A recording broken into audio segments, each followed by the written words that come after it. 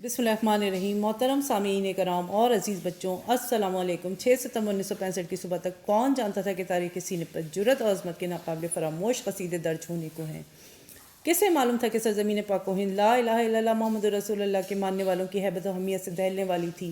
اور کس نے تصور کیا تھا کہ اس مملکت خدا داد کی حفاظت کے واسطے بوڑھے، بچے اور جوان اپنے سینوں سے ایسی دیوار تانے کھڑے ہیں جو دشمن کی توپوں کا حوصلہ پست کر دے گی؟ اور پھر 6 ستمبر 1965 کی صبح ریڈیو پاکستان گونجتا ہے۔ یہ ریڈیو پاکستان ہے۔ صدر پاکستان محمد مارشل ایوب خان قوم سے خطاب فرمائیں گے۔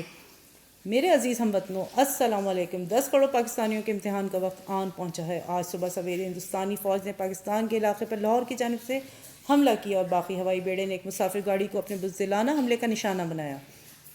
پاکستان کے 10 کروڑ عوام کے جن کی دھڑکن میں لا الہ الا اللہ محمد رسول اللہ کی صدا گونج رہی ہے، اس وقت تک چین سے نہیں بیٹھیں گے جب تک دشمن کی توپیں ہمیشہ کے لیے خاموش نہ ہو جائیں۔ پاک فضائیہ کے ایم عالم جیسے بہادر اور جاں باز پائلٹ نے سرگودا کے مقام پر ایک ہی منٹ میں بھارت کے 5 ہنٹر جنگی طیاروں کو دھول چٹائی، جو آج بھی ایک عظیم ریکارڈ کے طور پر Guinness Book of World record میں درج ہے۔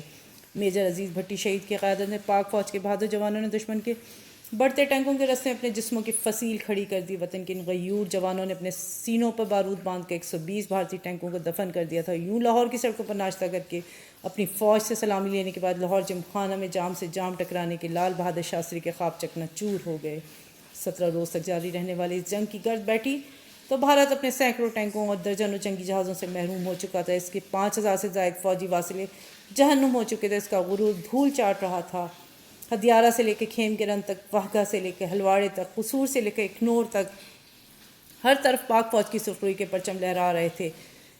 اس سنہری تاریخ کا ایک ایک لفظ جو ہمارے شہیدوں کے لہو سے درخشاں ہے، یہ عظیم دن ہمیں شہیدوں کی قربانیوں، غازیوں کی جرت اور اپنے اجداد کی وفاؤں کی یاد دلاتا ہے۔ اس مٹی کا ایک ایک ذرہ ان شہیدوں کے خون کے ایک ایک قطرے کا مخلوص ہے، جن آزاد فضاؤں میں آج ہم سانس لے رہے ہیں۔ اس کے ایک ایک جھونکے میں ان کے مقدس لہو کی خوشبو گندھی ہے۔ دشمن یاد رکھ لے کہ مملکت خدا داد پاکستان کا ایک ایک سپوت اپنے مادر وطن سے بے انتہا، بے پایا اور بے حد محبت کرتا ہے۔ جب بھی گھیرا تجھے ظلمتوں نے کبھی، مشعل جاں لیے ہم قابل رہے۔ ہم نے مر کے تجھے سرخ رو کر دیا، ہم بھی تیرے شہیدوں میں شامل رہے۔ پاکستان زندہ باد، پاک فوج پائندہ باد۔ شکریہ۔